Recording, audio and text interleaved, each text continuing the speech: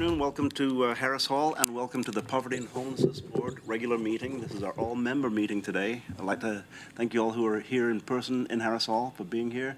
We also have a quorum. A number of our members are online. As we get started with the meeting, I will say that today's meeting will be broadcast live on Government TV Channel 25 and rebroadcast on that same medium. It's also available on the Lane County website. Once this meeting is concluded, you'll be able to go to the website and watch replays of this meeting, which is supplemental to our wonderful minutes that are taken by Diana at the end of the table.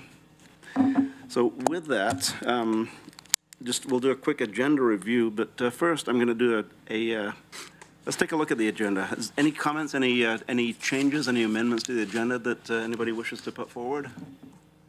I see nothing online.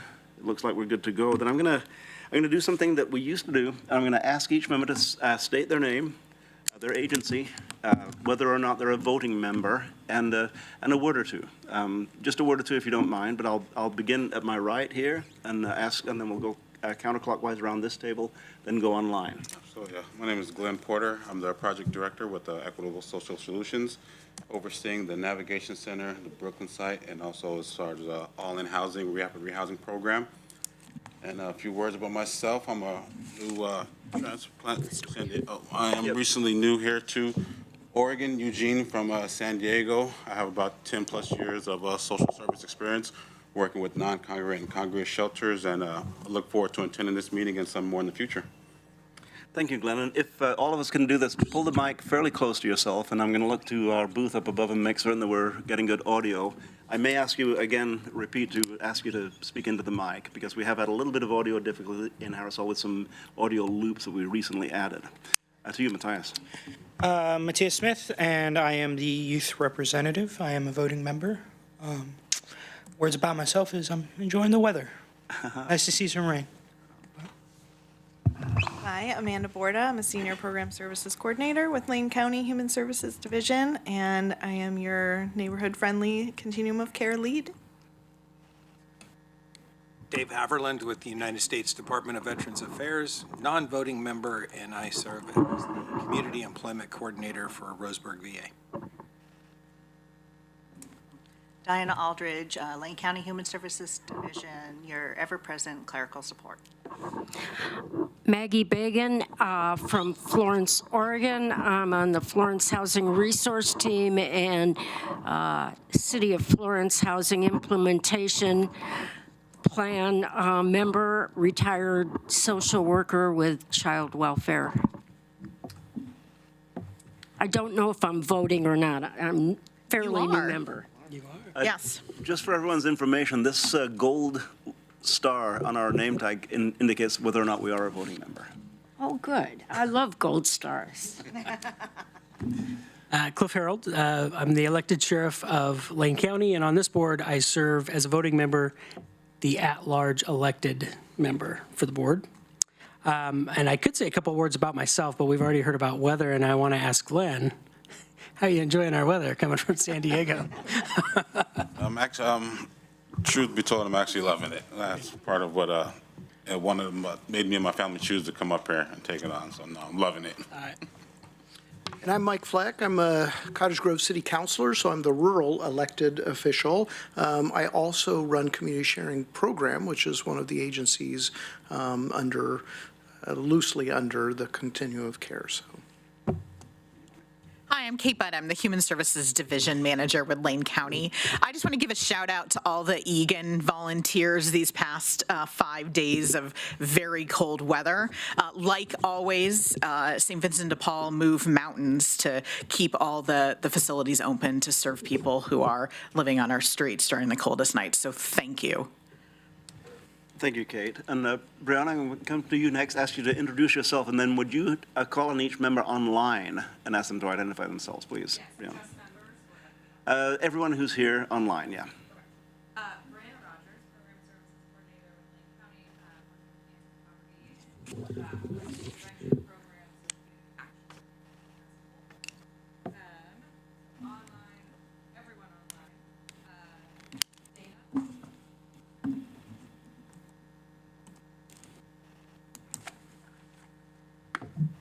And for the folks online, after Brianna calls your name, please, if you would, unmute yourself, just state your name out loud, and just a brief comment on the agency you represent. So, Dana?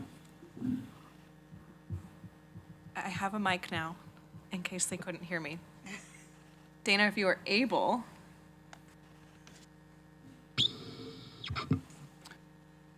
Can hear me, okay. We'll come back. Danielle? Hi, Danielle Bautista, Lane County Human Services Division, she, her pronouns. Matt?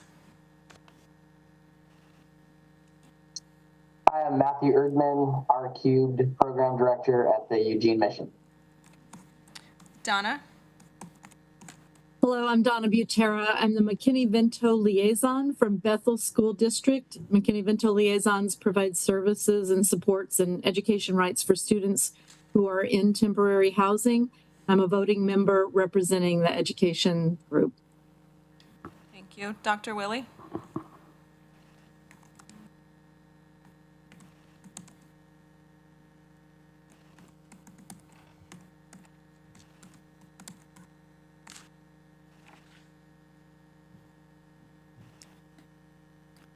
See an unmute, but we're not hearing anything, Dr. Willie. Foster? Hello, everyone. My name is Foster Martinez, St. Vincent de Paul, Board of Housing Director.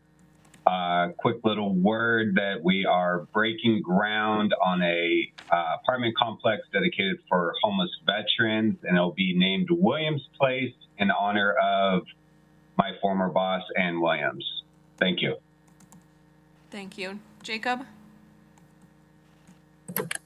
Yeah, hey everybody, Jacob Fox from Homes for Good. Kristen? Kristen Hutchinson, Senior Program Services Coordinator at Lane County. There's two. Kristen, why?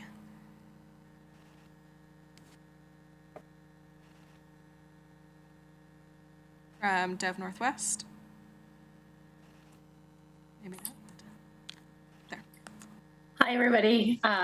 Kristen from Dev Northwest. Lou?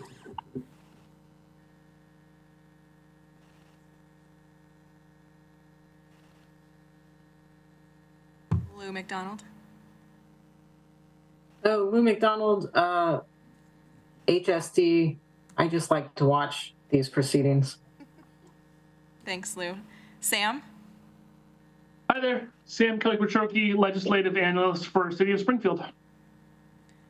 Mayor Van Gordon? Sean Van Gordon, Mayor of Springfield, and I'm a voting member. And Sean? Sean Murphy with the Executive Director for Laurel Hill Center, and I'm a voting member representing mental health. Thank you. Sheila? Sheila Wegner, Oregon Department of Human Services, Lane County District Manager, Self-Sufficiency and Child Welfare Programs, and I am a non-voting member. Tracy? Hi, Tracy Bishop, Data Analyst for Health and Human Services at Lane County. I'm not a member, I'm just here to watch. Thank you. And then back to Dana, if you're able to. Hello. Perfect. Dana Peterson Crabb, shelter care, and I'm just here to watch. Thank you. And Dr. Willie? Dr. Willie Foster, ER physician out of Florence, live in Eugene, work with a lot of free homeless clinics, and I'm the healthcare representative and a voting member. Thank you. Thank you, Dr. Foster. Thank you, Brianna. And James? James, you're on the interim encampment program. I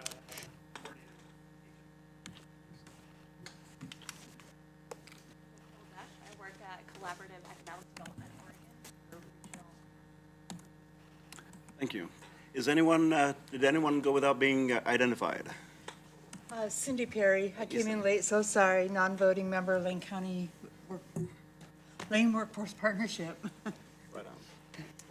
Okay, yeah, that's going around the room. And I'm Pat Farr. I'm not the regular chair of the committee. I'm stepping in for the chair because our chair, Brittany, is at home doing the things that we all enjoy the most, and that is taking care of her newborn child. So, And I believe that Chris McAllister, the other co-chair, co-vice chair, may be joining us as the meeting progresses. Well, thank you, everybody. The reason I did that is because sometimes we sit around the table and we see faces or sometimes just names on the screen, and we forget to really understand who is inside of the room and the many different agencies that are represented. And the Poverty and Homelessness Board has for years been a very representative agency. We have a couple of elected officials, we have a number of agency heads, and significantly we have lived experience folks who provide valuable input to this committee. It's been a very valuable committee to Lane County for a lot of years, so valuable that we do broadcast live. It is broadcast live on television and it's repeated. It's one of only 2 committees that does that is broadcast live, but the many that we have besides the Board of County Commissioners, this and our what do you call those folks? Oh yeah, the Planning Commission. So that being said, thank you all for being here. At some point, we'll have more of an in-person presence. I think we'll get accustomed to that at some point in the future, and we'll move forward. It's easier sometimes to talk to people when you're actually able to look at them and know that they're looking back at you, you know? So with that, we'll move down the agenda. And number 2 on the agenda today is public comment.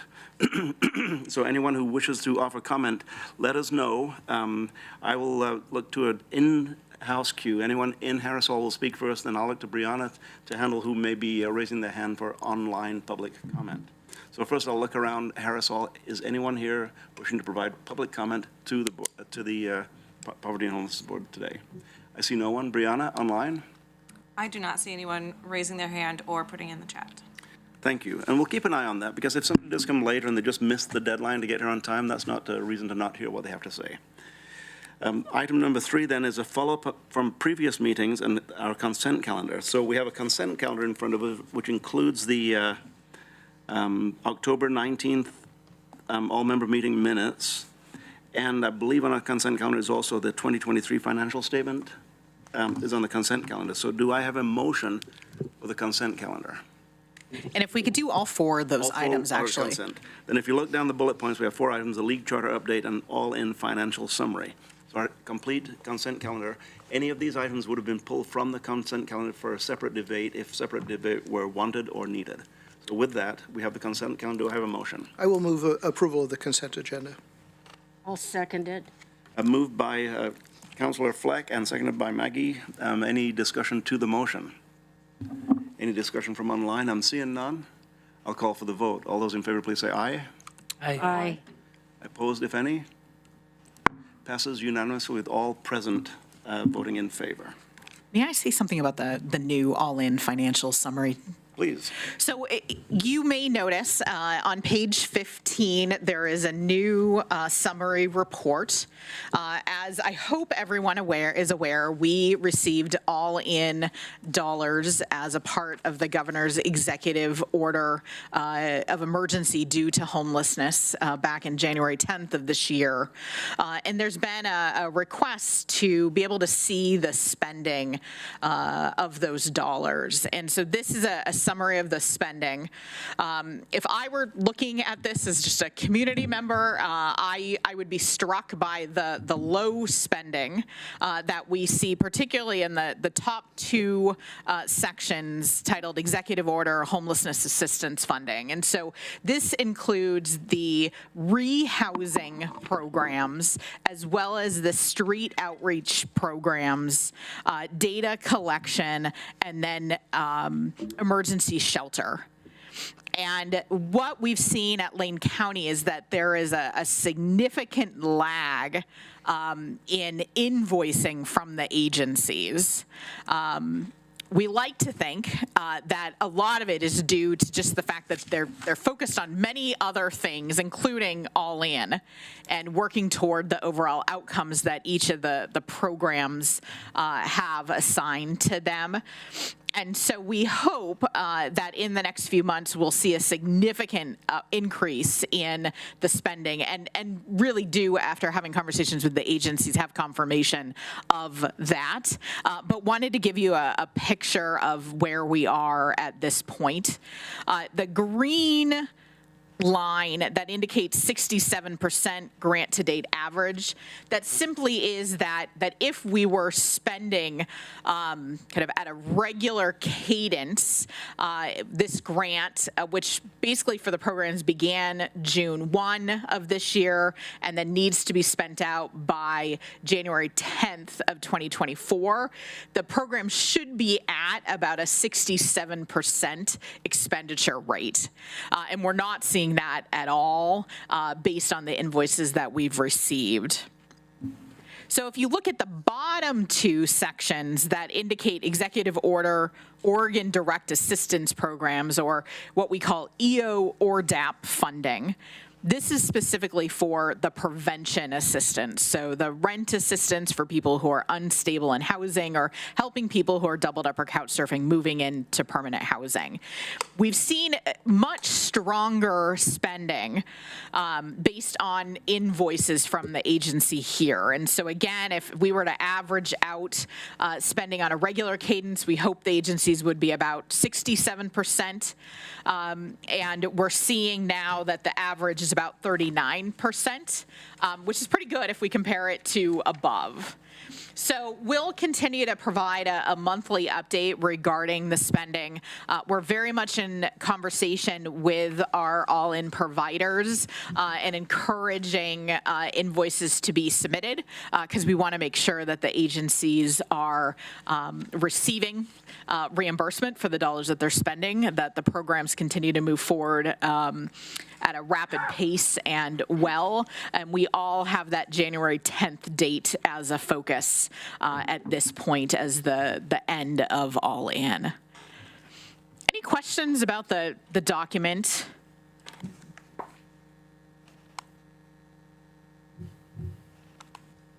Let me see if I can seed a couple of questions. This is a big deal. I mean, we're looking at $15 million of direct allocation on a very short-term basis, and the reason that we're not seeing the money spent is because, in large part, because we've not been invoiced yet.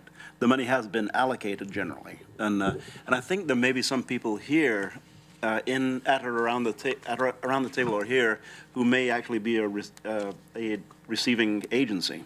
So if you have anything to say about your agency that is receiving funding, this is a big deal. And we're hoping that the all-in funding, which is from the Governor's Order 2302, we're hoping that we can get sustainability and also more allocations past January 14th and into the next biennium even. So any questions? Kate, I have a question. So is there the ability to do an analysis of where maybe the agencies really are not spending and reallocate those funds to an area where we could spend it out by January? You know, we've done all we can at this point. We have moved, particularly with prevention assistance, dollars around quite a bit, and have a bit with rehousing as well.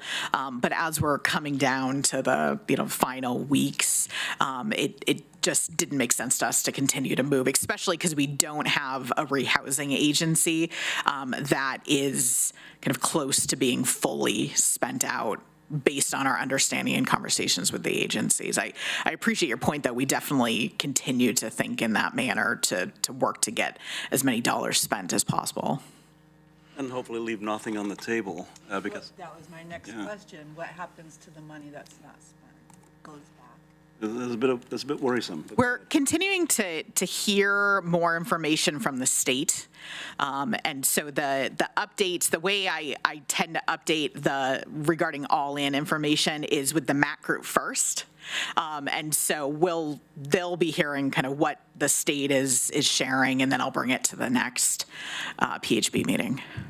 And the MAC group's next meeting, I believe, is next Wednesday, is that correct? And that's open to the public, and it's also online, so you can watch that meeting as a little bit deeper information, deeper dive into 2302 is given. But, you know, your question really bears a lot of scrutiny because, for two reasons. One, if we don't spend the money and it just doesn't get reallocated, then we missed out on serving people. But the other thing that we worry about is if we don't spend the money this time, the state says, well, you didn't spend it, so you don't need it, so we don't give you as much next time. And that's always a fear that we have, that if we don't spend our entire allocation, that we find ourselves not being granted as much in the next go-round in the formula, whatever may be used. And always, I look to Kate Budd for nods, and I love when Kate nods when I'm saying something. That's a good thing. But if Kate doesn't nod, then I'll shut up. We have a couple online. So online questions, can you handle the queue on that, please, Brianna? Jacob, go ahead. Thanks, Brianna. I do think it's just worth pointing out that the reason why it's difficult to spend rapid rehousing dollars is because for 3 decades we haven't built enough housing in Lane County and across Oregon. So earlier this week, myself and 5 other housing authority directors met with Governor Kotek, and this is definitely a statewide issue. And I'm not talking about just like affordable housing.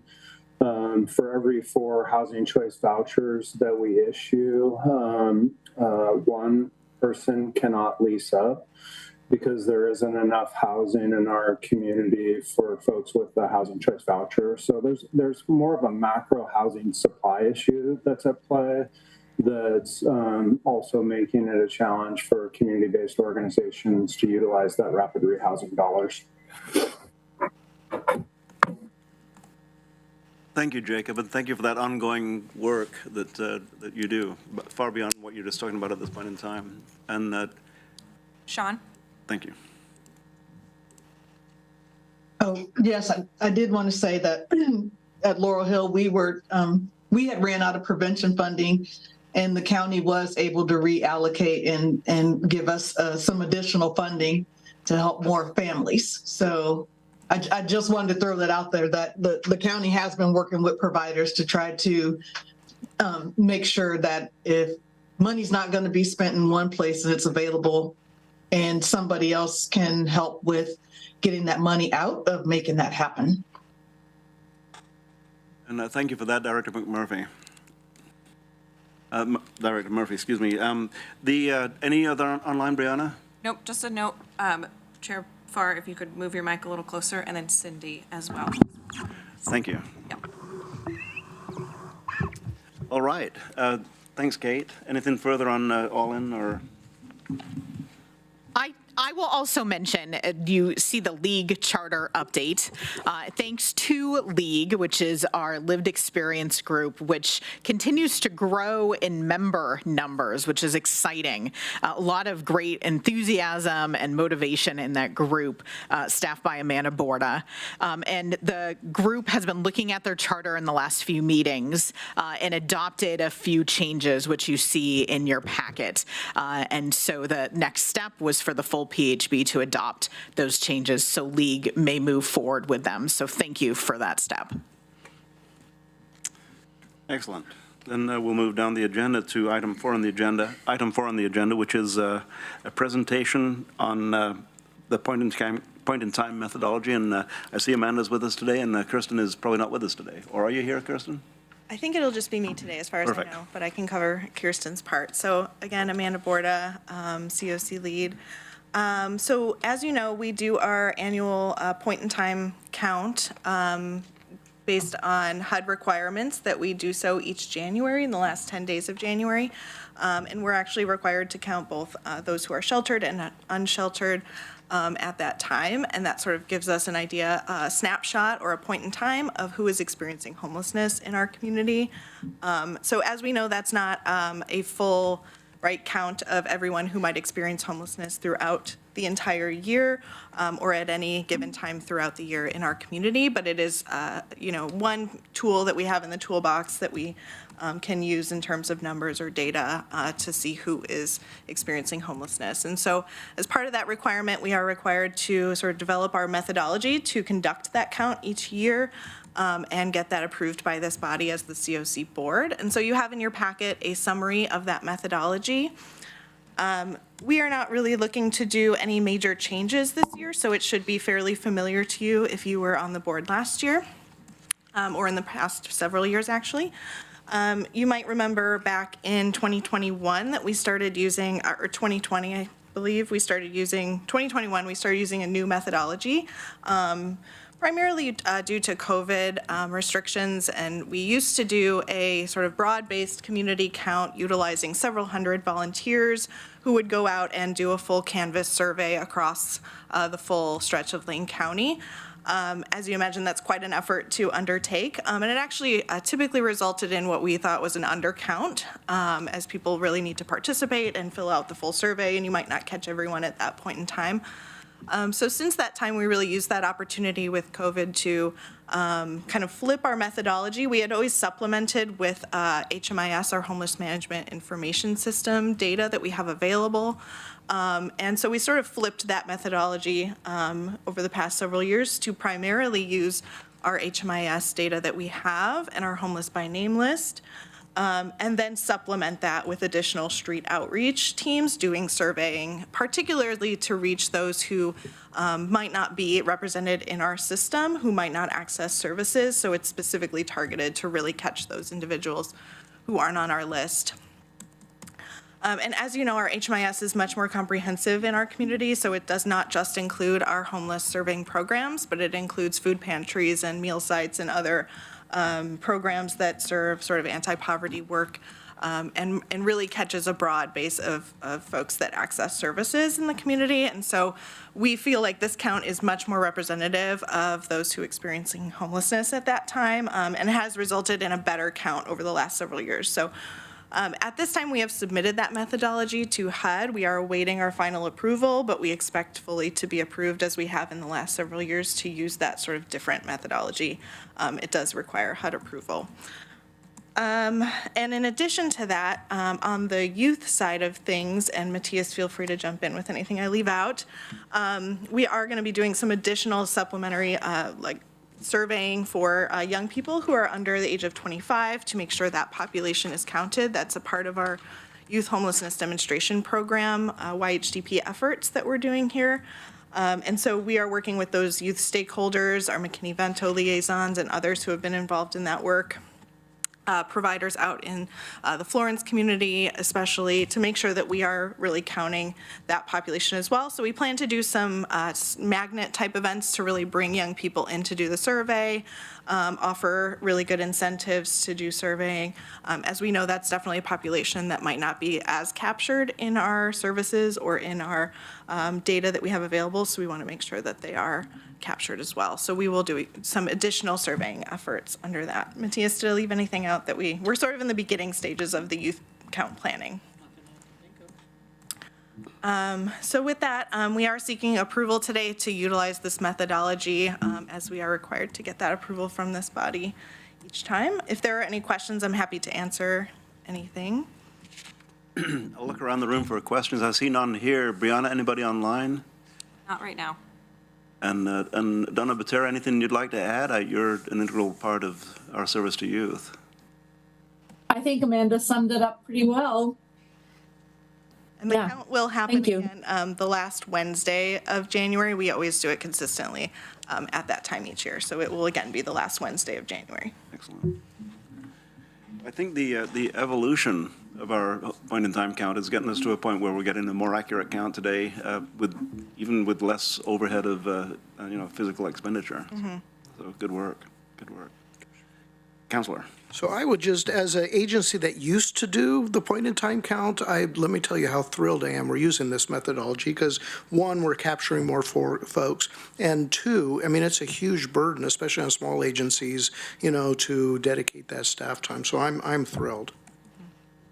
Yeah, it's certainly, much less work to not have to organize 300 plus volunteers each year and do training, and really utilizing our street outreach teams is beneficial because they already work with the populations. They already know how to kind of engage in a meaningful way with folks, and folks are familiar with them and are probably more likely to do the survey with them than kind of a random volunteer coming up and asking questions. So I think overall it's a better methodology and use less resources. So. And it seems far more consistent in approach, because we had kind of peaks and valleys in our point-in-time count historically. And I've been one of the volunteers, and in some places you go, it's relatively easy to ask the question. Some places it's a little bit hair-raising, you know? I mean, you go places that, and it's the dead of the winter where it starts going dark at 4 o'clock in the evening, and, you know, it's this is a far superior method as far as I'm concerned. So, thank you. Anything else on point in time? Then we do have a motion that we need to pass, and so the motion is to approve the presentation and approve the methodology. Is that an appropriate motion, Amanda?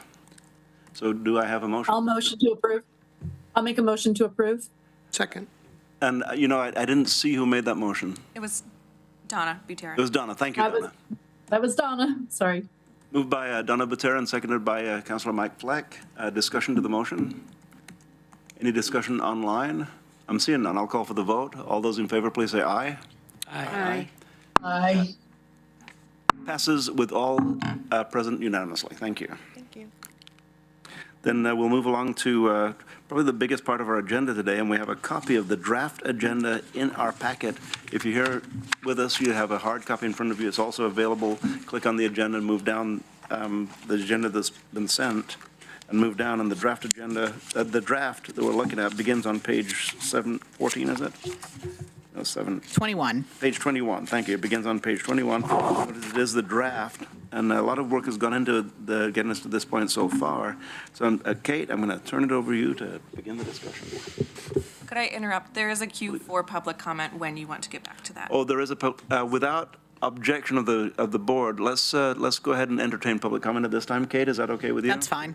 Very good. Then if we do have a queue, how many people in the queue? Just one. Just one person, then please identify yourself for the record.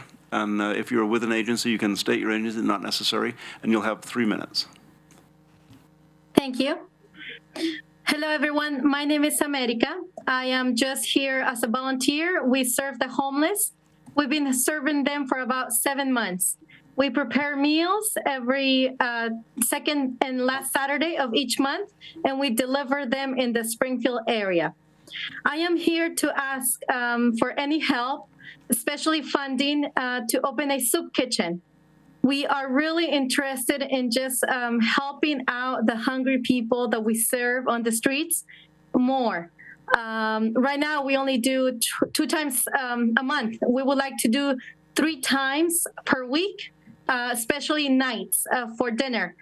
Our mission is to help the homeless find their identity so they could recover from any hardship of living in the streets.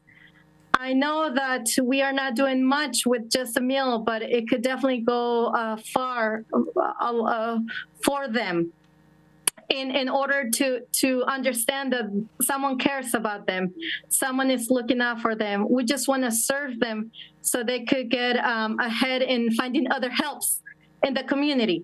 We just want to be like a bridge in our community to help those ones that are most in need. The ones that we're helping right now are the ones that sleep on concrete, the ones that are speaking to themselves, the ones that are suffering drug addiction. And so I am looking for funding to see if a soup kitchen would be something that you guys would be able to help us open in Springfield. Thank you. Thank you for your testimony, America. And I see we do have a question online that a couple of us may have the same question. Is there a name for the organization? This question comes from Donna Butera, who's our McKinney-Vento liaison. We work out of the St. Alice kitchen, and we just call ourselves the Homeless Ministry. So we don't have a nonprofit organization license or anything like that. We just have been cooking out of the St. Alice kitchen for the last 7 months. Excellent. And I see no further questions online, but I'll say this. You say that we're not doing much, we're just giving meals. I got to tell you, I think everyone around this table knows this incredible significance of just giving meals, because if you're hungry, boy, I'll tell you what, there's nothing else you're going to think about. So thank you for that.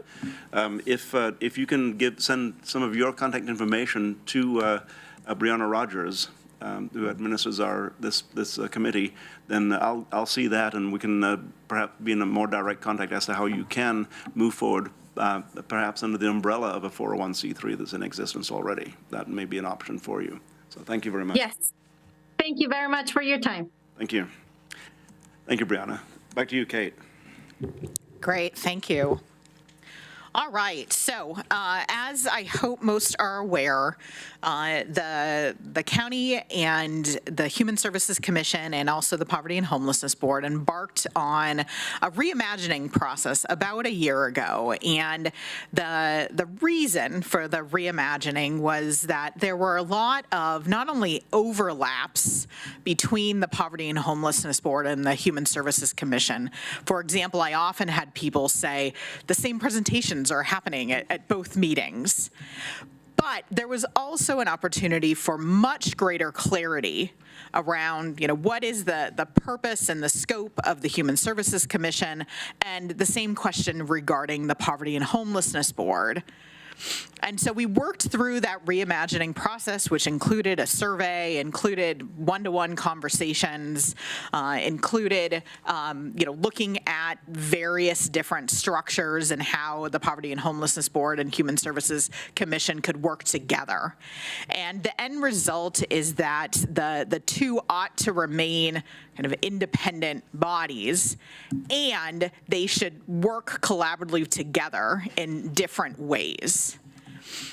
We walked away from kind of that agreement and then moved forward with reviewing and making edits to both groups' charters in order to help move those kind of findings of the reimagining process forward.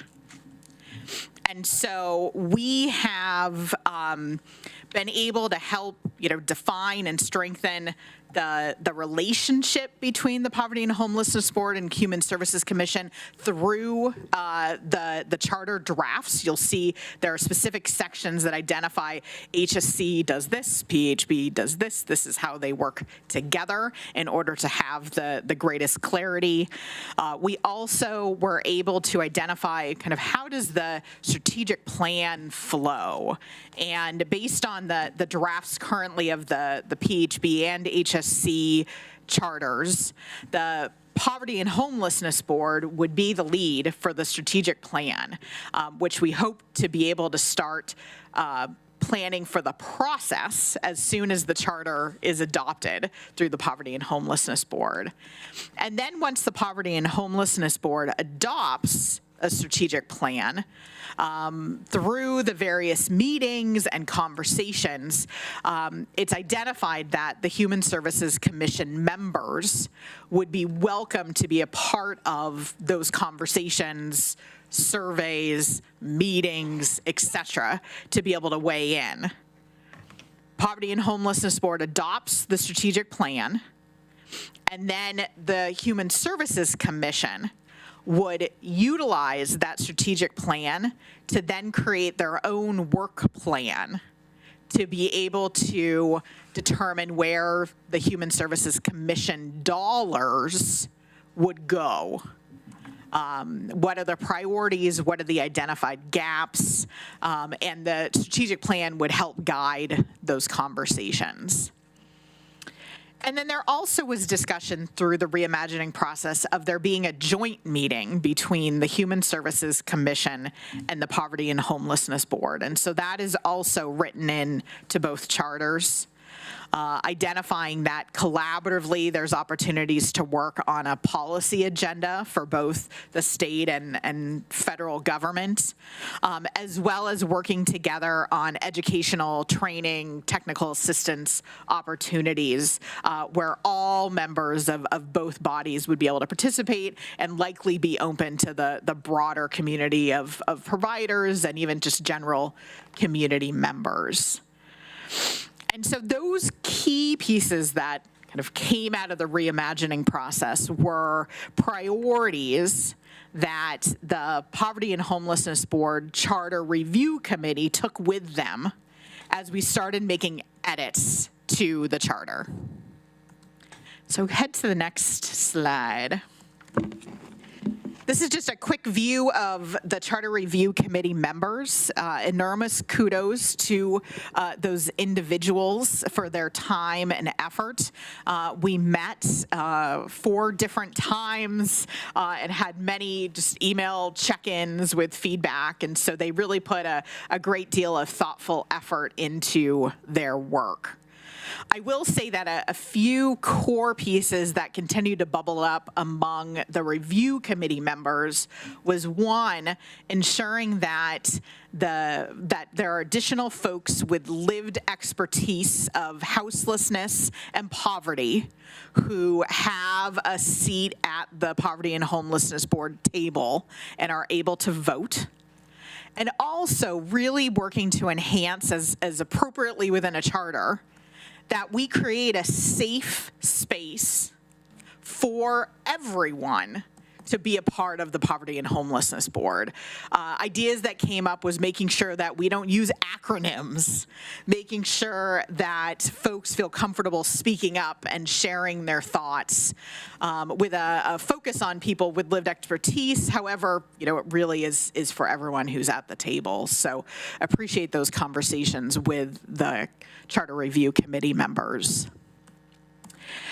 So I had someone astutely ask me, why didn't I get the charter document with track changes on it?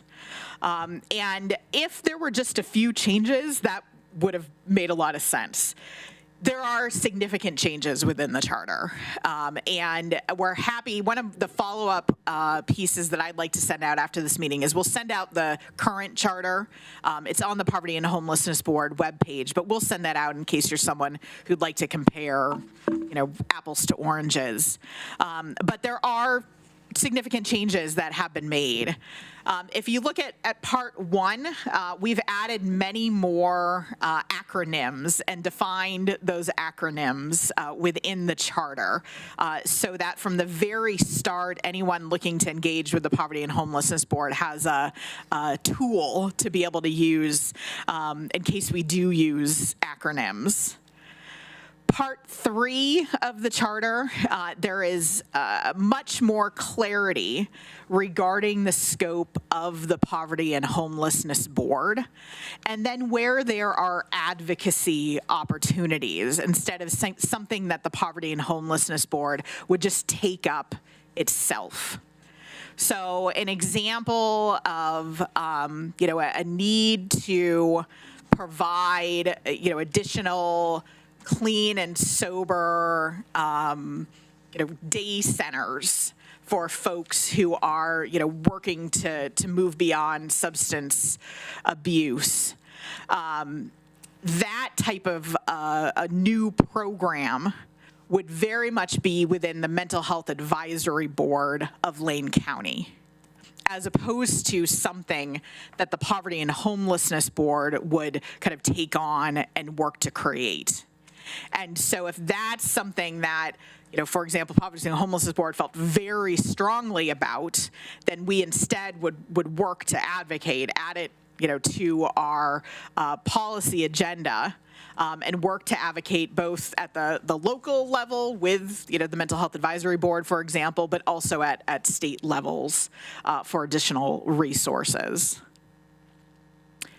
There are updates within Part 4 regarding the board roles and responsibilities.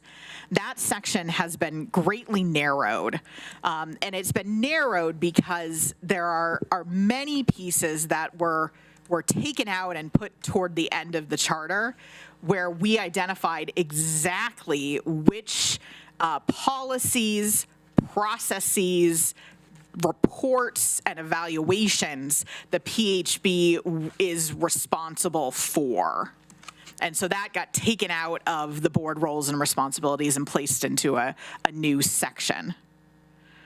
It also includes additional verbiage regarding just lifting up folks with lived expertise. And again, I mentioned creating that safe pace and really just intentionally doing that and placing the responsibility of leading that effort on the chair of the Poverty and Homelessness Board, with support, of course, from staff and the board membership. Next slide.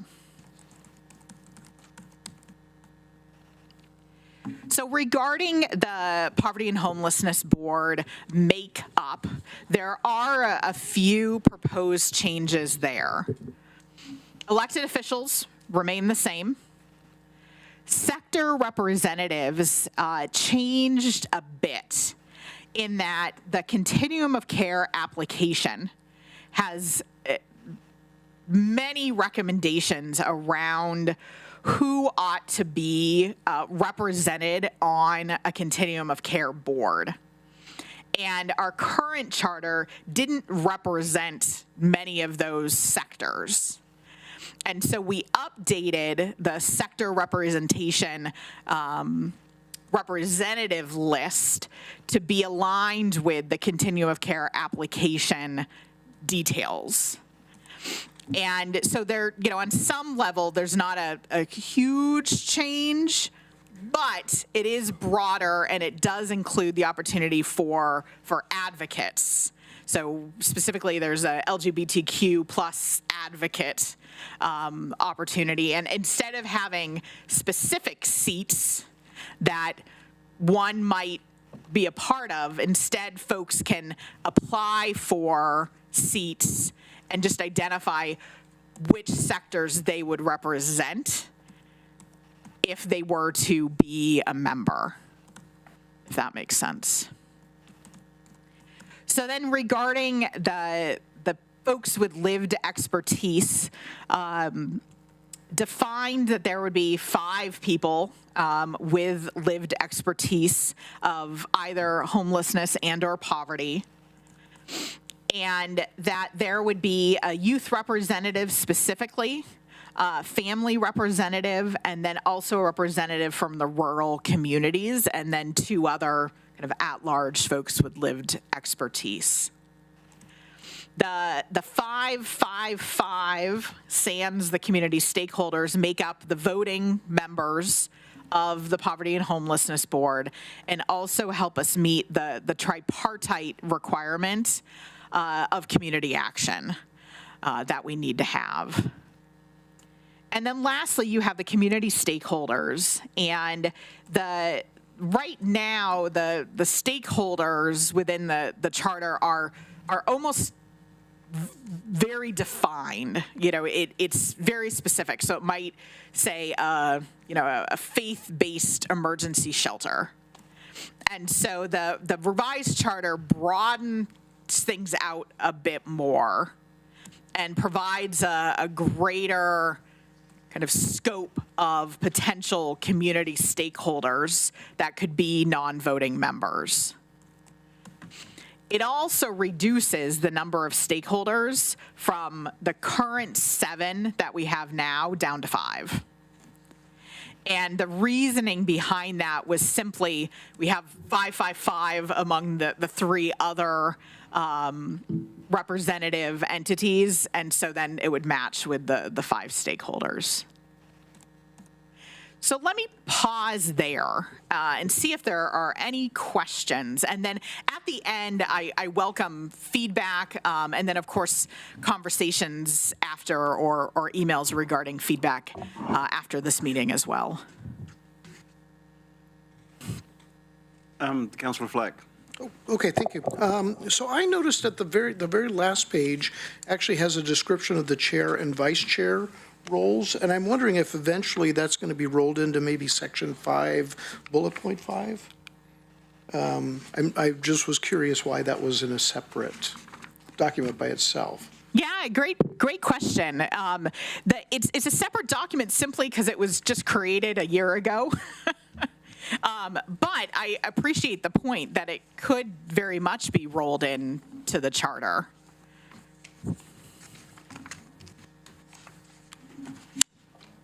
We have Mayor Van Gordon online as well.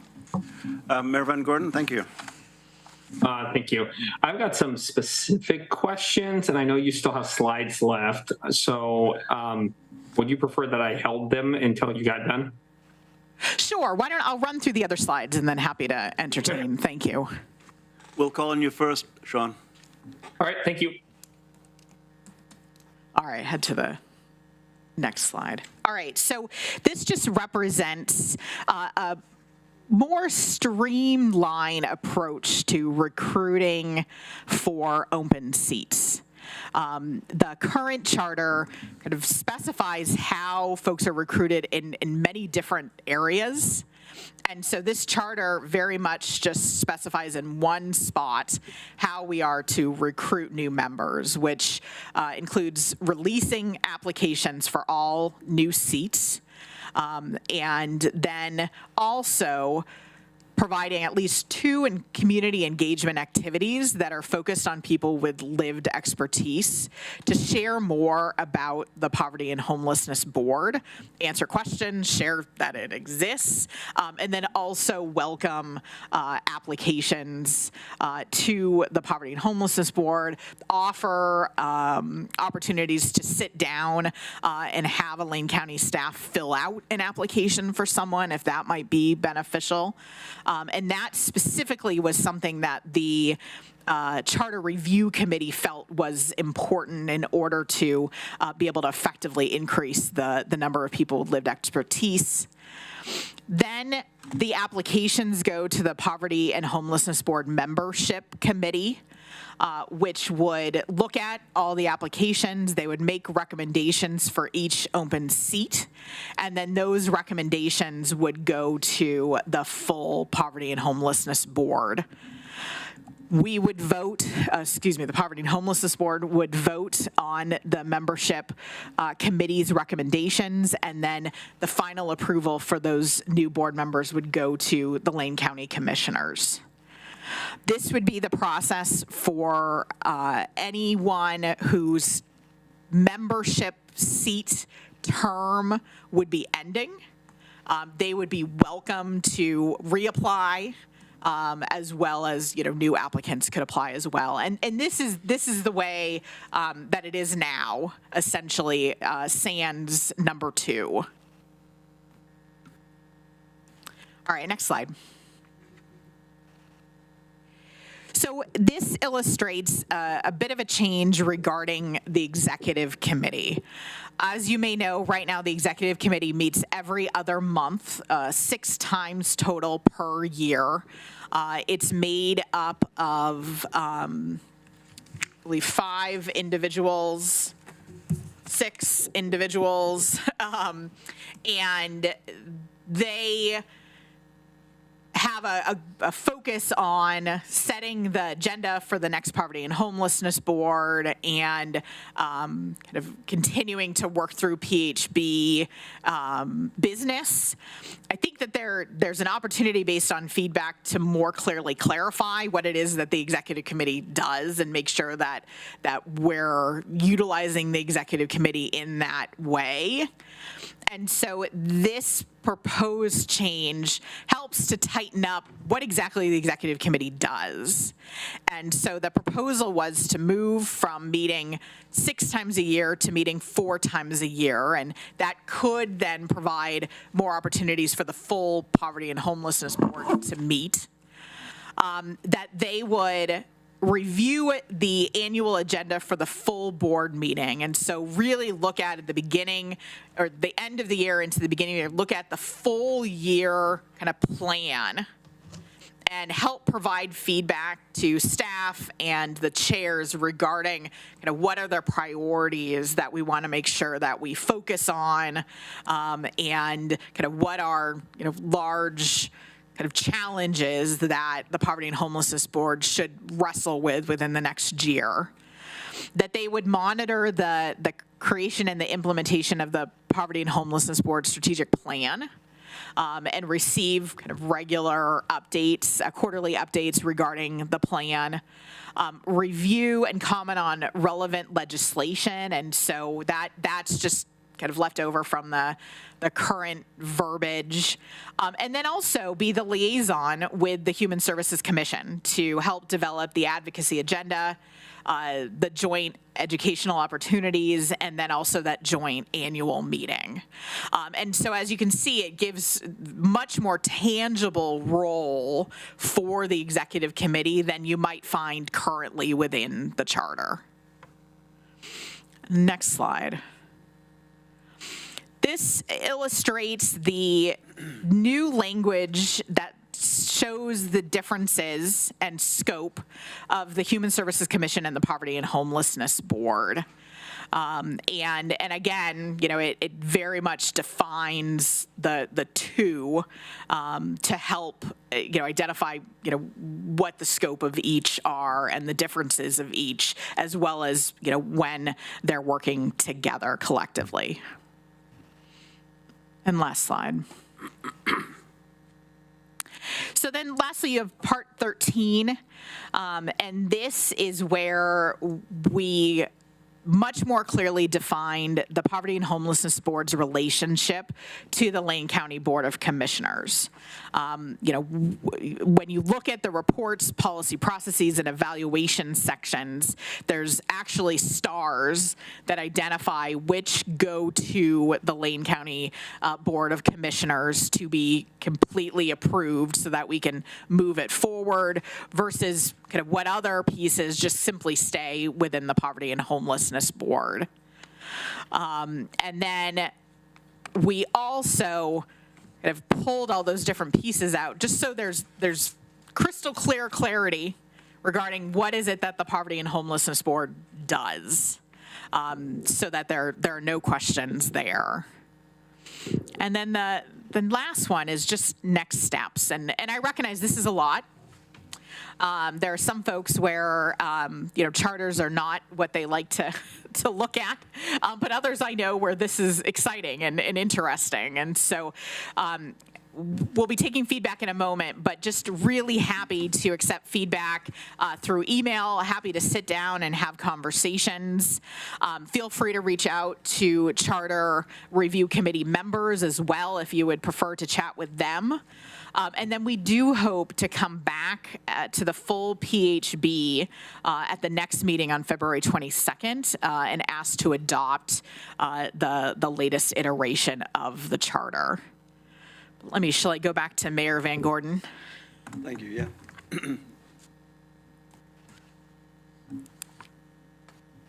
All right. So I've got a couple of questions. And as jurisdictions, right, Kate, the entities I don't think are aligned on this. Is that fair? Are you asking whether the jurisdictions? Yeah, I'm asking if the county staff's understanding is that the municipal jurisdictions and the county elected leadership are aligned on what we should be doing here. With the charter? Yeah, and that's because I hear a big disconnect, right? That we haven't really solved, and I know, that there's been a couple conversations with Pat involved, and I just want to flag that there's a big gap there that the elected leadership have to get on the same page about. And that's not just a PHB thing, that's an HSC thing too. And I'm sort of asking to just understand where we're at, like if the county staff's understanding is that everybody, I could just be remembering wrong, right? That everybody's on the same page about this, right? Like, that's fine. But I just don't hear that. Sean, if I may, Kate, I'll go ahead and begin to address that. I think we're at a starting point right here regarding a relationship of the Poverty and Homelessness Board with the other present jurisdictions. I think over the course of the last few years, there have been a number of reasons that there hasn't been full congruency between the way particularly Springfield, the city of Springfield, city of Eugene, and Lane County have moved forward. We won't make any excuses for that, but it really it's just where we're at, right? It is where we're at, yeah. And, we've had COVID, we've had a number of other things. And let's take the committee here today. We have a presence around the table right now that 4 years ago, there'd be, the table would be at, over at Serbu. And it'd be filled. And those were the days. Filled, and there'd be 20 or 30 people in the audience. Today we have a pretty good presence of people both here and online. But it's a little bit more difficult, and has been a little bit more difficult to conduct business in a congruent fashion when you're not sitting at the same table. Hopefully, we're at a starting point regarding fixing that issue. But beyond that, I think I'd like to believe that we all have the same, all the jurisdictions have the common goals.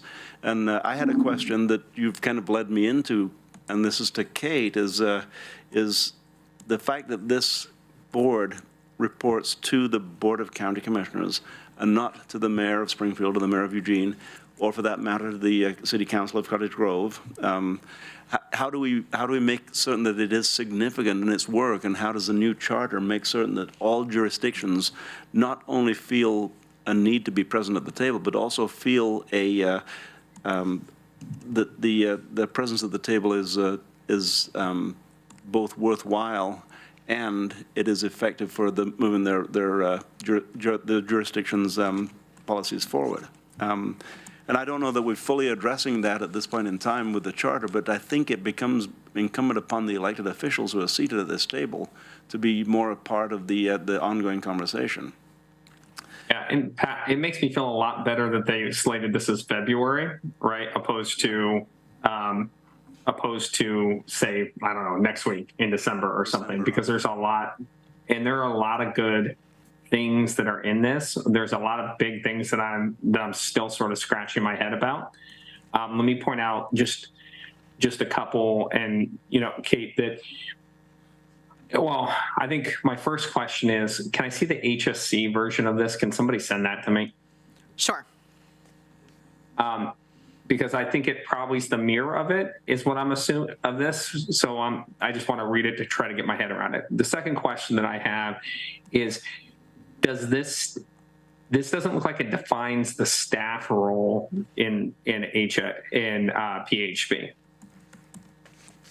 and that might be helpful. Sure, I appreciate that feedback. Because that might sort of clarify a couple of things. I've got 3 or 4 policy things, but like the question that when I read the relationship to the Lane County Board of Commissioners, in some cases, this is an advisory board, but when I read this, it reads like a policy board. So it sort of says, hey, we're providing advice to the Lane County Commission, which is what we're supposed to be doing. But then in other places, it sort of reads to me very much like they're not the final decision makers. And, it may be the difference in between how Lane County and, maybe the city of Springfield deals with advisory committees, but it seems a lot more, I don't know. It seems like it's not true to the advisory nature of this board is the way I read it. Okay. And I'll go ahead and respond to that, Sean. Historically, it's been a little bit different than the way you see it today in the advisory nature to each of the present jurisdictions. And I'll clarify that the one major difference between the HSC and the Poverty and Homelessness Board is statutorily. The Poverty and Homelessness Board has 2 functions that are necessary, that are statutorily required by HUD, and one is that we are the Community Advisory Agency, and we're also the Continuum of Care Agency. So we do make hard and firm financial and fiscal recommendations it goes to the Board of Commissioners because that's the way the statute reads. And when this board was originally put together as the Continuum of Care Board, we looked at how can it also be further advisory beyond the statutory requirements, and that was why it was broadened to where it is today, Sean, and that's why we're looking at rewriting the charter to make it more germane to the workings of the municipalities. It's a work that really is in progress, and I think that you and I probably need to sit down and talk a little bit more so I can hear more in depth the issues that we can do to make this significant to your county commission, your city council, and to the city of Springfield in the way you receive and distribute funds. A lot of funds here in the West, a lot of funds are directed through counties. You look at the all-in for instance. That's directed to the counties. And then it becomes a responsibility of the county to distribute it through cities and nonprofits. And that's just the way statutorily it works. But it needs to be significant to the cities also. That you feel that you have teeth in it, that it's not just you sit and listen and say, oh, glad that happened, but you actually have a contribution as to how things are distributed. Yeah, and I think that's the conversation we're all working towards from the municipality's perspective, right? There's 75% of this is fine. There's some big gaps. I don't think that the jurisdictions were engaged the right way. I've probably been saying that for a year. On this conversation, but we really need to respond to this sort of regionally, and then just be, I guess maybe it's my wanting to care for the fact that if we're gonna be an advisory board, we have to be aware that we're not developing policy, right? We're advising a different body that is responsible for the policy. And so when you hear, Kate, when you hear me kind of talk through it, like 75% of this stuff's good. There's a couple polish points that I think need to happen. And then, and some of the broader questions to sort of engage the other government entities correctly. Sean, thanks for that. I'm going to step in and say that I wish that the mayor of Eugene were here today. The mayor, I think, is probably at Peace Village. They have a grand opening event today, which we're all invited to, and we all probably should be there, but it was inadvertent, and the mayor is there because she has some, the current mayor of Eugene has similar issues to the ones that you have that she has stated out loud for the last year, and I think we're trying to address them in the review of the charter. Between now and February, Sean, let's get a little bit deeper conversation and make certain that any changes that need to be made between now and February can be made to make it more significant to the cities, because it's not going to work. This commission, if you look around, there are 5 elected officials on the commission. 2 of them have historically been the mayors of Eugene and Springfield.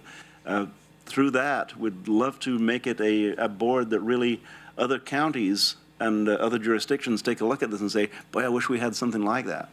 If you look at the membership of this committee, it really isn't, take the names off of it and look at the positions that are on this committee, and it becomes a wish list. It becomes an all-star blue ribbon committee that if you drew it up on paper again, you'd draw it up, I believe, exactly the same way. Just make sure that it is significant to the people who are sitting around this table and they feel that the time is well spent and that they are able to be significant in the implementation and the suggestion and the implementation of policies. So with that, Sean, I think maybe is something that you and I can talk about. I think a new mayor of Eugene is going to be elected either in May or in November of next year, and so whoever steps into that role will be significant in how we actually make this thing work for the future. And I'd love to entertain any either written comments or direct comments at this point in time, because this is a point in time where we can make this Poverty and Homelessness Board something that we all dream of, a board that is able to utilize resources and recommend the utilization of resources in ways that it's never been done before. Jacob. Thanks, Pat. I always like being on committees that Sean's on because he's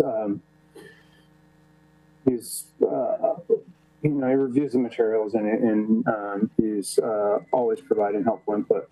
Homes for Good and myself, we're not voting members, but it does feel like the voting members should be aware of the specific disconnects that Sean's framing between the 3 jurisdictions. So when deliberation happens around the changes that people can vote in support or against or abstain based on the specific sort of disconnects or tension points between the local jurisdictions.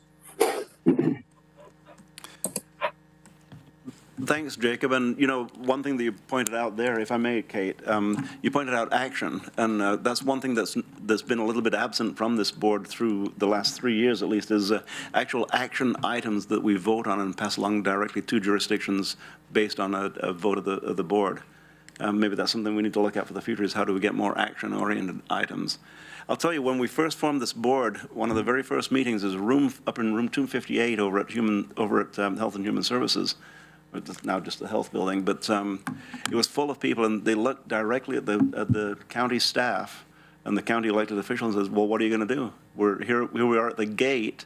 The gate's going up. What are we going to do? And it happened to be pretty cold, and we didn't really have a very strong winter response in place. And so what we did initially was we began to work on a winter response, including what was going to happen that very week. And we were able to get some success under our belt that everybody felt very comfortable with right out of the gate. Well, those successes are something that we need to repeat so that people here feel that the time spent is worthwhile and significant, that it produces tangible results, that you can go home at night and say, yes, we did something. Thanks, Jacob. Susan Lopez. Yeah, I mean, I think a huge part of these kinds of committees and the work that we do here is bringing folks together and making sure we have the experts in the room that are making decisions. And I think this charter goes a long way in getting the right people in the room to make decisions that are impacting our community. So I know we've got some work to do, but I think this is a really big step for us to take, and I appreciate the time and effort that's been put into drafting this. Thanks. And Kate, if I may, I look around the table here, and do we want to hear from Matthias Smith about the things that are happening in your life with your agency? Finding ways to talk about the things that are actually happening, the action that's happening, and how this board can support you in your work. And I'll look at each member. Mike, you're not here as an elected official. You're here as an agency representative. And you are an elected official. You are both. And how can this committee, both its regular meetings and its through the month work, be significant to Cottage Grove? That really is important. Without hearing it, it's hard to say how we can move it forward. So the more we hear it, the more we encourage discourse at this table, then the more we'll be able to directly affect things that when you go home tonight, you drive down your street and you see it and say, why aren't we doing something about that?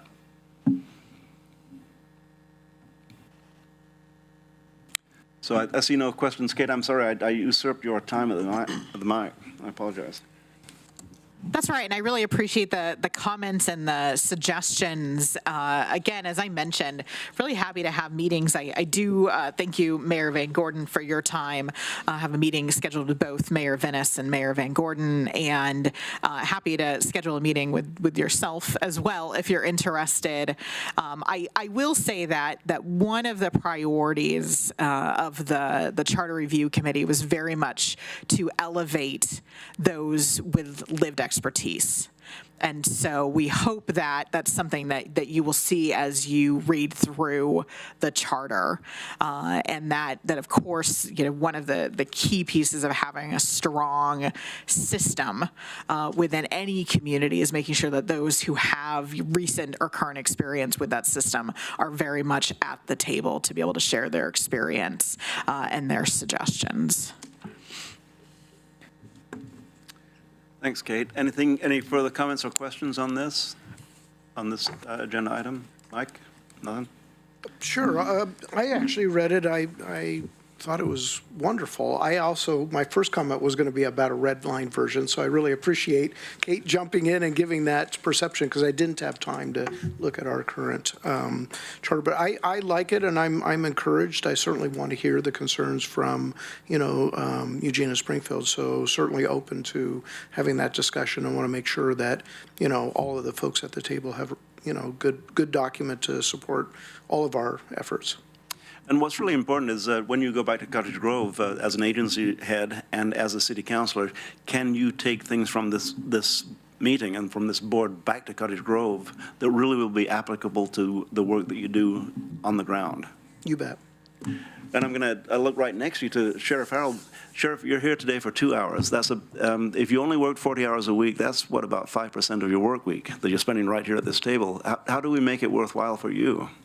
How do we get in on this 40-hour work week thing? I said if.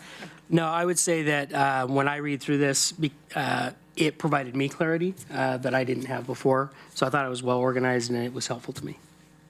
Thank you. And significantly, the work that we do, you know, a lot of Sheriff Harold's work is at the intersection of poverty, of behavioral health and criminal justice.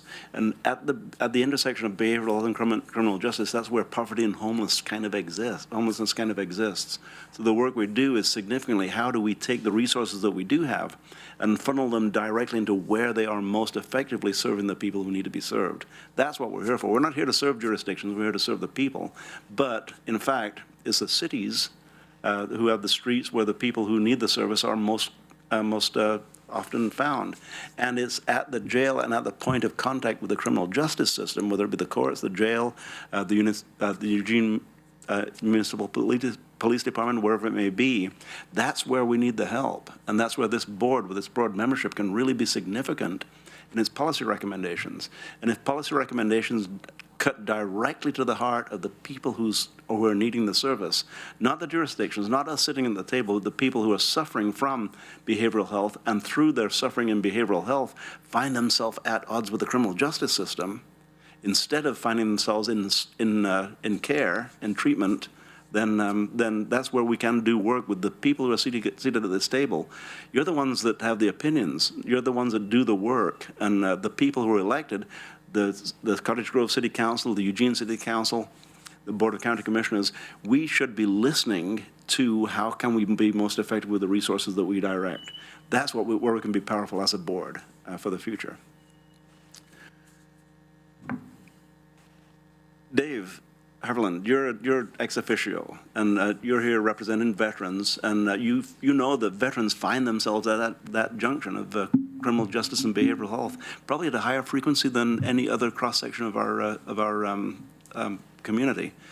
How can we be more helpful to you as a board? How can we make, and I'm putting you on the spot, you know, if you have words to say now, but really coming back, how can this board help you go away from this table and make your work more successful?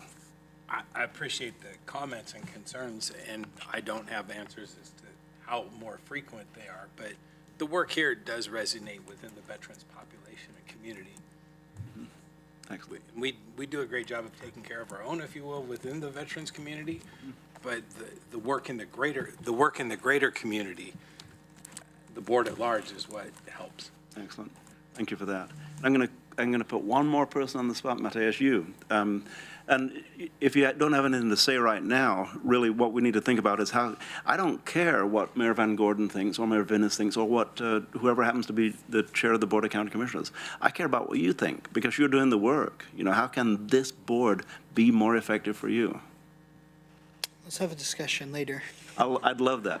Hopefully we're opening the door to that, because that really is how we can be effective as a board, is not talking about what makes the jurisdiction happy, but what makes the service to the people who really need the service.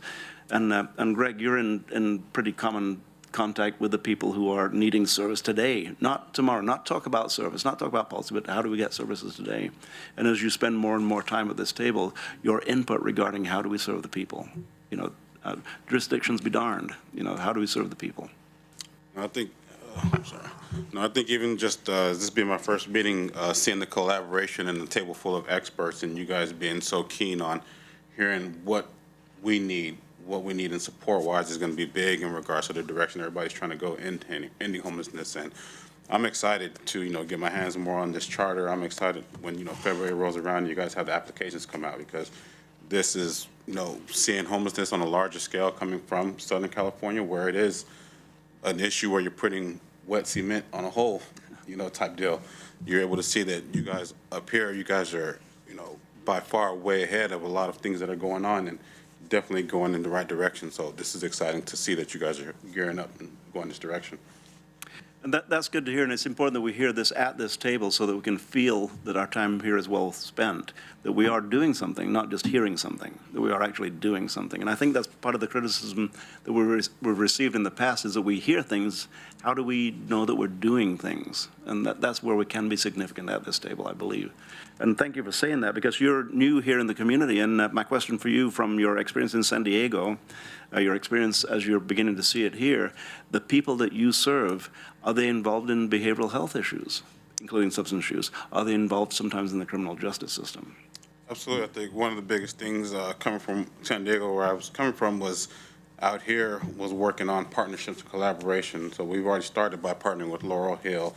We've already started by partnering with EPD, Eugene Police Department, to decrease recidivism, to where those encounters with the population where there is an option of, is there a bed for a shelter instead of having to take you to jail? Something that simple is really significant on decreasing recidivism and avoiding homelessness, because instead of getting them in legal ramifications, they're getting the support and help that they need versus going towards tax dollars that can be utilized elsewhere or in better situations. Yeah, and sharpening our pencil to make sure the tip of the pencil is the one that's doing the writing. So, right on. Well, this can be an ongoing conversation as to how do we help the particular agencies that are represented at this table, as well as the jurisdictions that are represented at this table. Because if we walk away from here today and next week and next month and at the end of this year and we said, well, we heard a lot of stuff, but what have we done? Then we're not doing what we should be doing. I mean, there's a tremendous amount of power at this table. There really is. Power of people who are actually seeing those who need to be served. Not just talking about them, not just seeing pictures, not just hearing anecdotes, but actually seeing the people who need to be served. That's where we find out what we need to do and how we need to do it. So anything else for this agenda item? Susan Lopez, please. Nope, sorry, it was just a thumbs up. That's a ghost thumb. All right. That was a ghost thumb. Right. Kate, anything else? Back to you. No, definitely want to move on if possible. And I think we're ahead of our agenda now. I think we're probably a little bit behind. So we'll move along to item 6 on today's agenda, which is Unite Us presentation with Kristen O'Connor. Is Kristen, you're online? I am here. Right on. Then if you have the control of both the audio, the video, and and I believe the screen.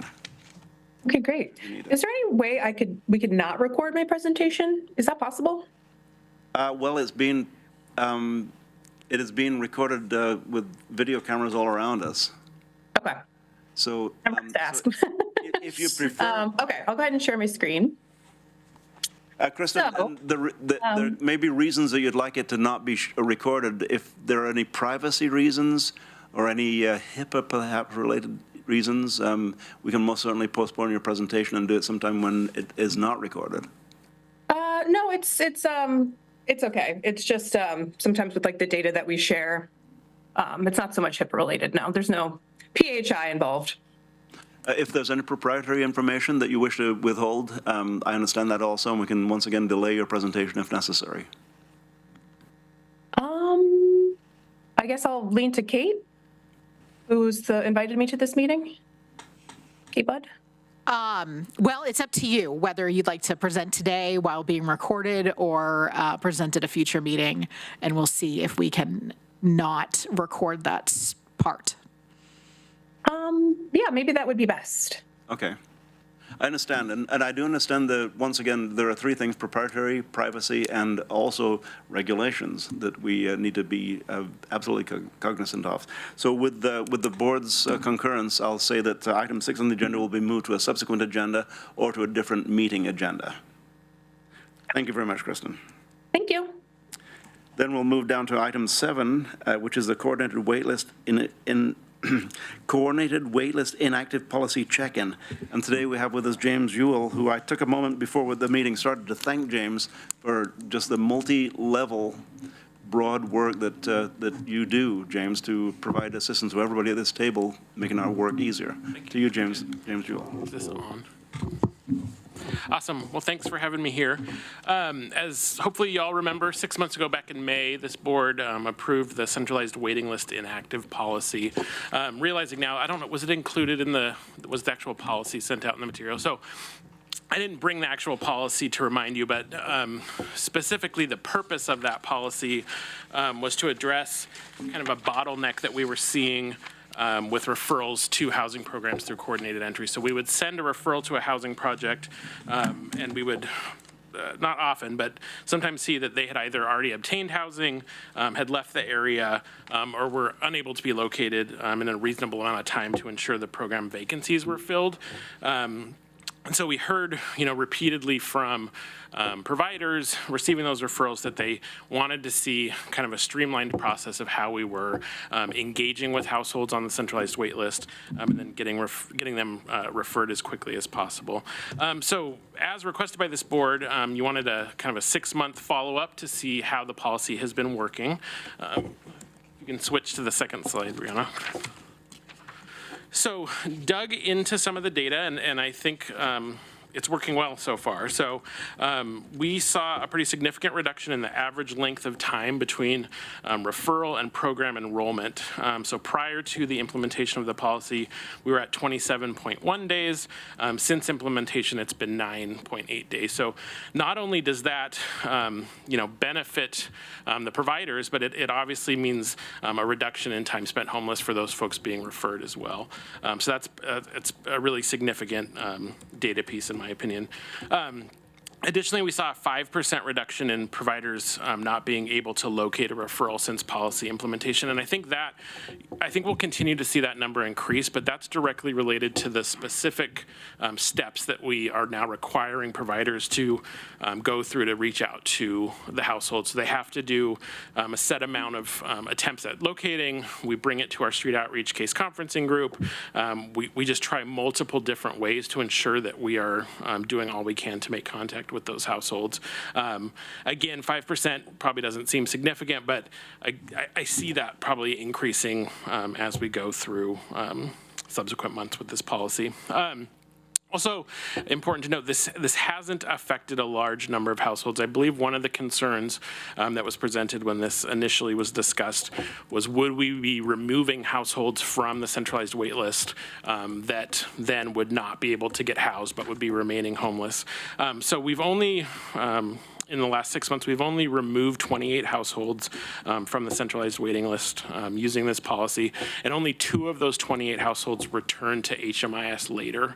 So that would indicate that those households most likely either resolved their homelessness outside of coordinated entry or left the area. So we're not seeing a large number of folks reappearing in the system. I'm going to talk about it later, but we will want to figure out a way, a mechanism for ensuring that we are re-engaging those households, even if it is a small number. We want to make sure that we're capturing being able to get those households back onto the centralized wait list.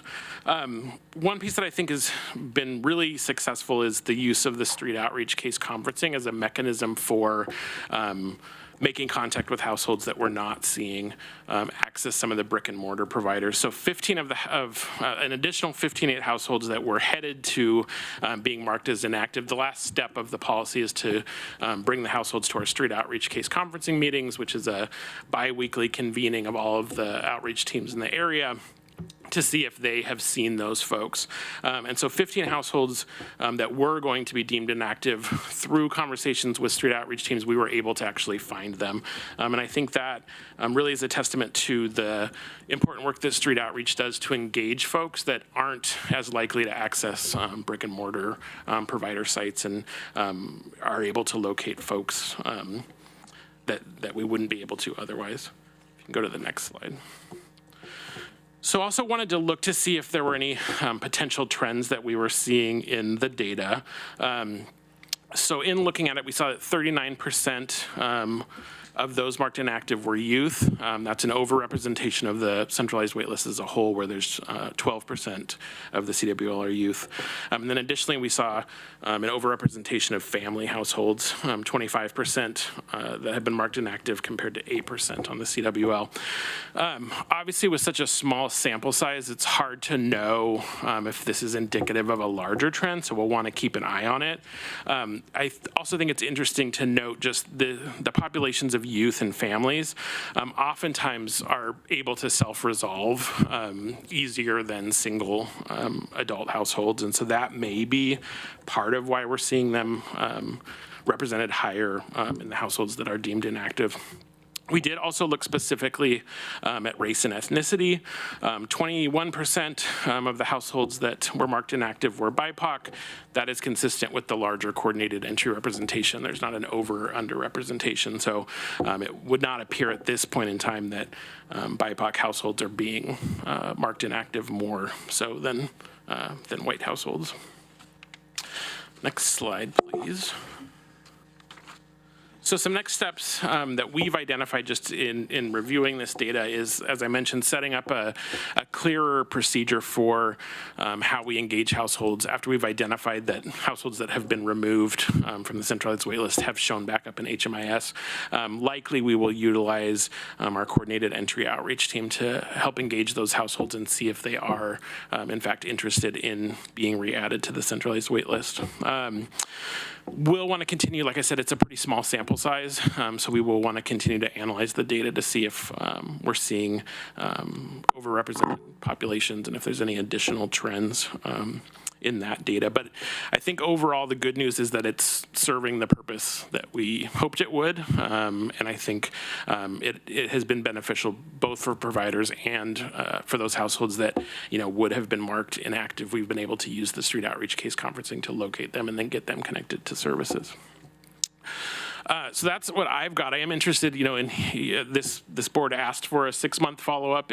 Is that something that would be helpful again in 6 months? Are there other pieces of this policy or the data that you would want to see reported on? Thank you, James. Now look around the room and online also to see if anyone has questions or comments, particularly anybody from agencies who are participatory in the coordinated entry waitlist. Looking around the room.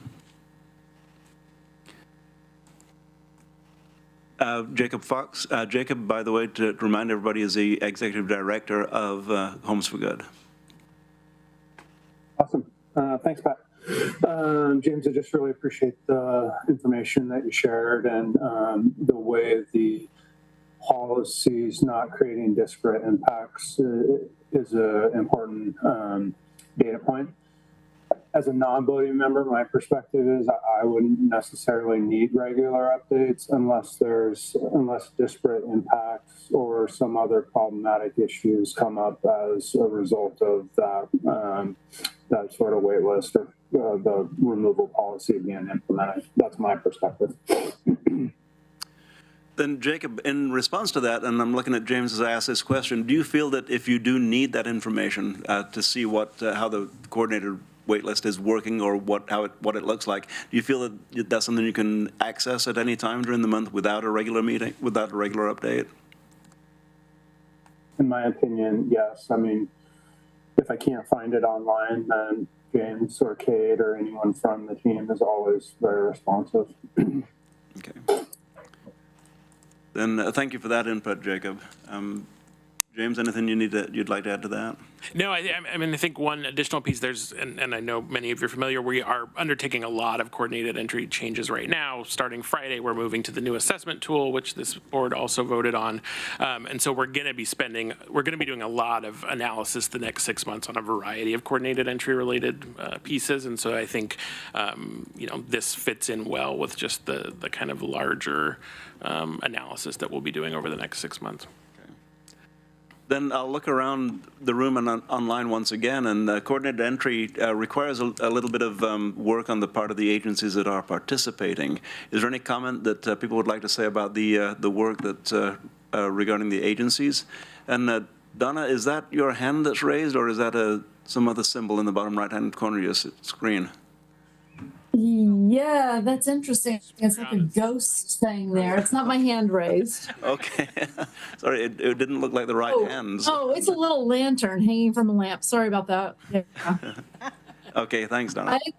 I do want to say to James that I appreciate the work that he and the committee has done on this coordinated entry. It's a big undertaking and a big improvement for our families, because that front door assessment can be a big deal and kind of invasive. So I just appreciate all the work on this.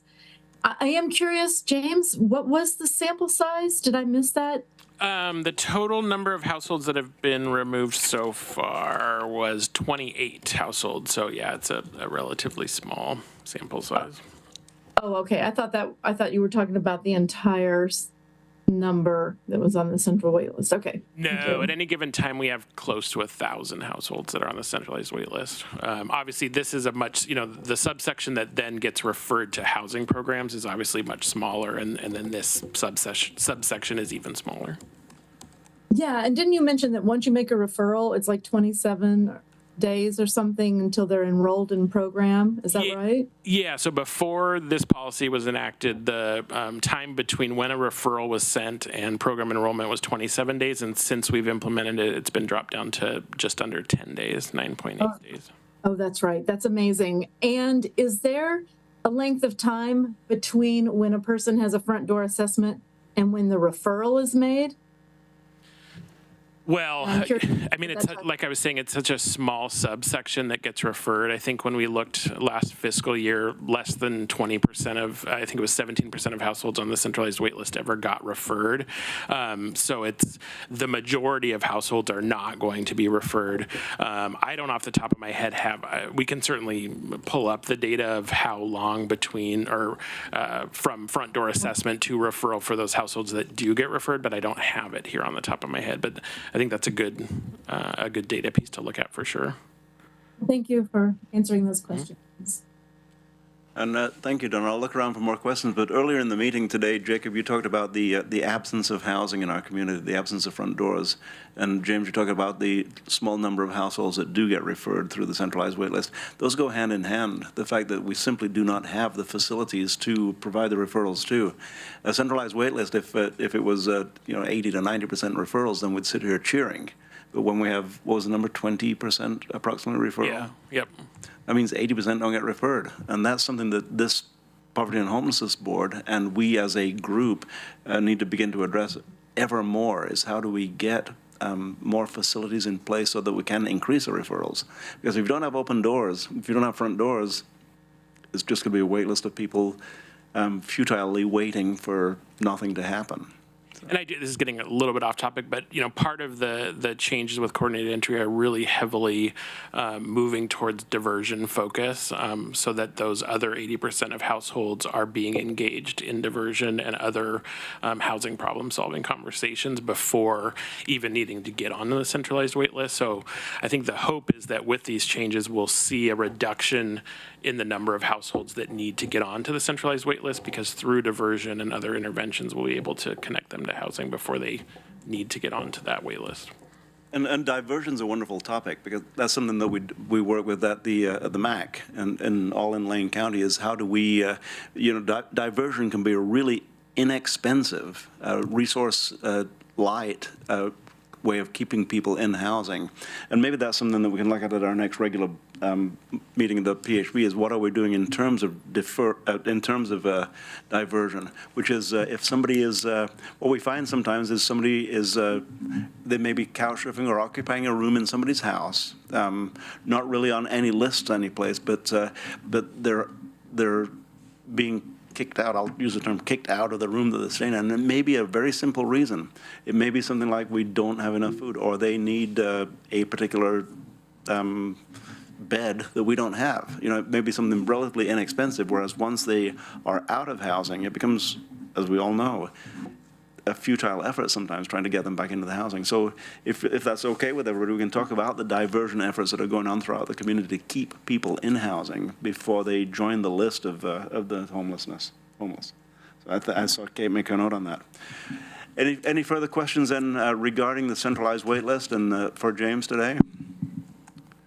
All right, and Matt Erdman, you're here from the mission, and any questions you may have, any comments you may have? No, I'm good. Just enjoying listening and understanding and gaining insight.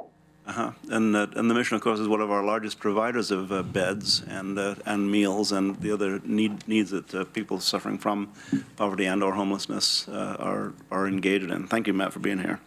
Thank you. Move down the agenda with the approval of the board. We'll move into community updates, and I'll look to see if any of look to the chairs who are here from our committees.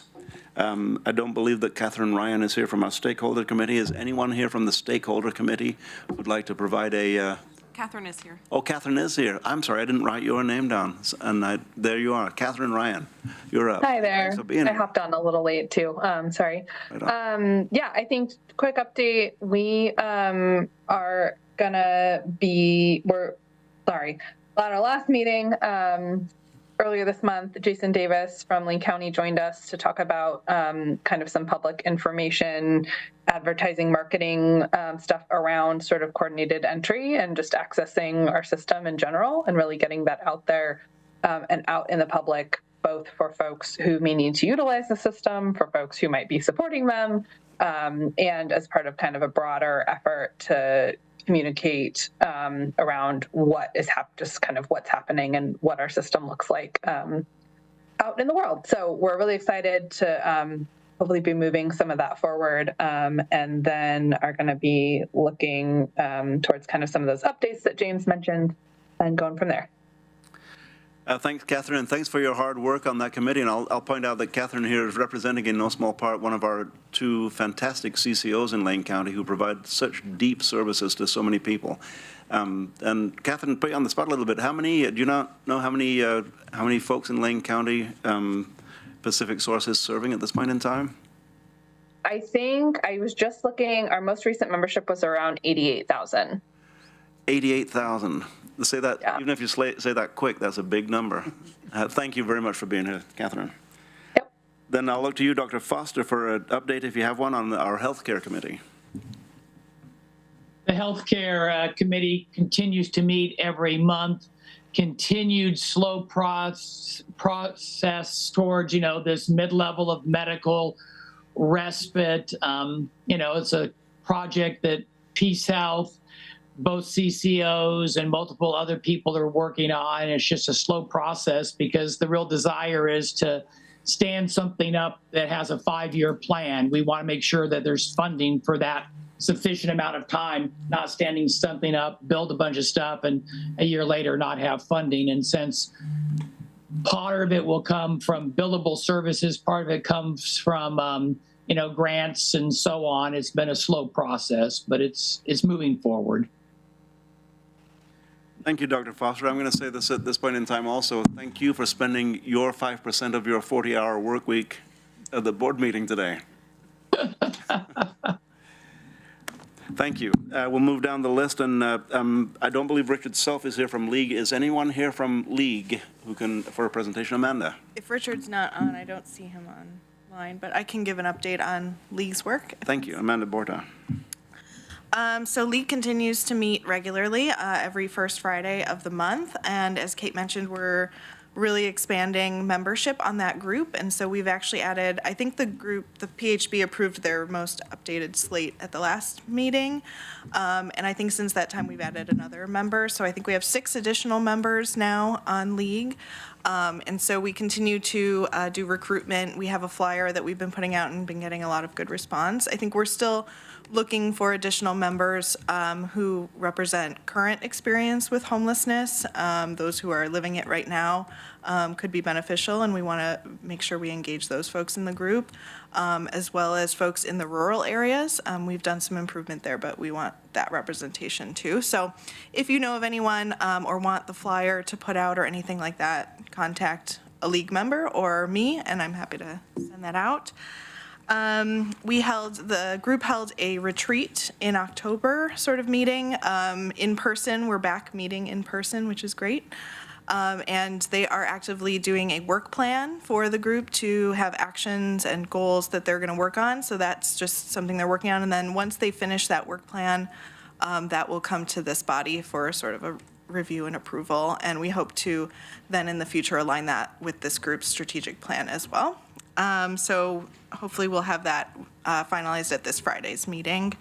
And then group members have also been actively involved in advocacy around local tenant protections through City of Eugene. And then group members have been very actively involved in the coordinated entry improvements that James talked about. So League members are all around us doing our work. Thanks for that, Amanda. I know Maggie has a question, but before that, we're working as a group on losing our gears, right? Oh, government-invented acronyms. What does LEAGUE stand for? Sure. So LEAGUE stands for the Lived Experience Advisory Group for Unhoused Engagement. Excellent. Mouthful. LEAGUE rolls more easily off the tongue, but understanding what it actually stands for really helps us know what LEAGUE actually is involved in. Maggie.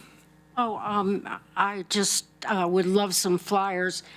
for the Florence area. Sure, great. Yeah, I can get your contact and email that out. And we do still meet in person and hybrid. So if folks are in rural areas and want to meet, we can figure out how to make accommodations for that.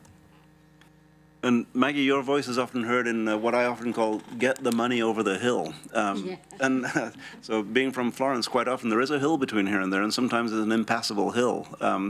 Getting the services and money over the hill to the coastal area is something that we're very engaged in. Thank you. Right, yeah, and especially like mental health services are desperately needed. Absolutely. Thank you very much. Thanks, Maggie. And thank you, Amanda. On Youth Homeless Solutions, Susan Lopez chairs that committee. Susan had to leave us for another commitment, but is anyone here from Youth Homeless Solutions who would like to make a presentation? Matthias? Yeah, it's just going to be pretty quick, and the last meeting really revolved around the youth pick count and figuring out logistics around that, and some data. So. Very good. Thank you.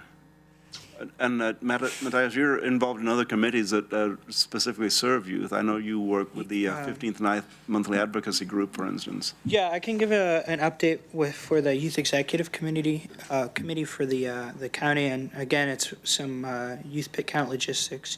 But we also met with a Florida YHDP Youth Executive Committee and just went over some possible technology, such as what was it? Shared housing, so and a possible Discord server for communications with other youth executive committees across the country and stuff like that. So. Excellent. And you're also involved in our youth demonstration product, the YDP, which is an ongoing process, and that's something that we can maybe have an update on at some point in a future agenda item. Thank you, Matthias. Anything else from youth services? Donna, you're still here. I am still here. Let's see. We just met on Monday, and we also had a presentation about some updates on the St. Vincent de Paul Youth House. And it sounds like they're trying to open up with a little bit different focus. And that was informative. And then working on project updates every other month, I think. Thank you, Donna. Then we'll move along to we've had Youth Executive Committee. Any other committees that we haven't touched on, or anyone like to add or ask questions regarding committee presentations? Very good. Then we'll move up to item 9, which is wrap up and our next meeting. So, Kate, I'll look to you for what's coming up. I think one thing you're going to talk about is let me steal your thunder briefly. And our next, I believe the next all-member meeting, we'll be looking to elect a new chair, or a chair and the 2 co-vice chairs. So if that's something that any member of this, any voting member of this group is interested in, be in coordination with Brianna, and let's get that moving forward. That'll be at our next regular meeting. Kate.